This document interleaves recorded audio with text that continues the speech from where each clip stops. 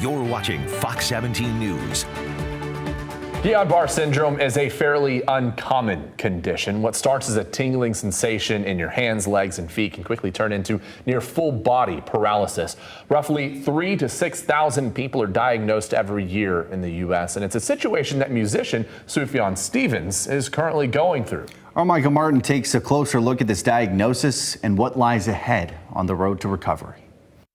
I started to having tingling in my hands and in my feet, and started losing any motion in my lower extremities.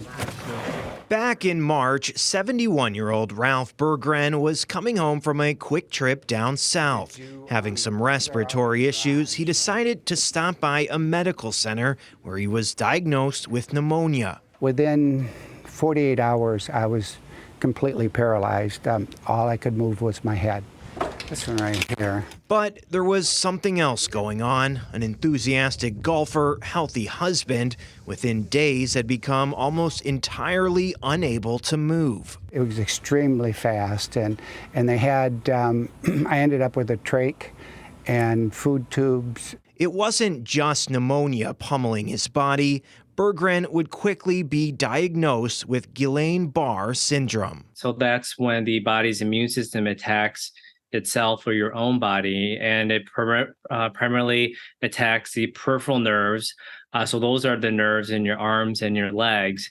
Essentially, your immune system becomes a weapon against specific nerves. You begin to lose the ability to walk and also use your arms and even sit up. The 71-year-old would end up at Mary Free Bed, their staff helping to teach his body to move again.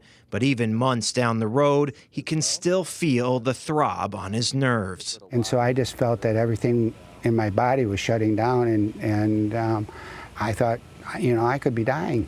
As he recovers, now able to walk the hallways of his home and swing the 7-iron club once too heavy to lift,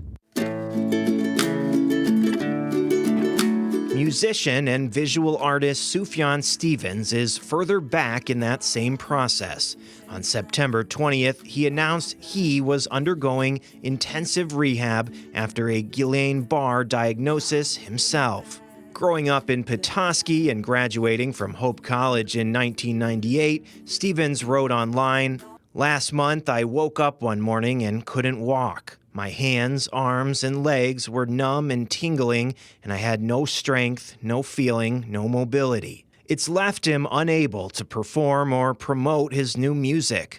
A prolific artist of a myriad mediums, his newest full-length album, Javelin, releases Friday. In one of his most recent updates, he said, "I know I've often been the poster child of pain, loss, and loneliness, but the past month has renewed my hope in humanity.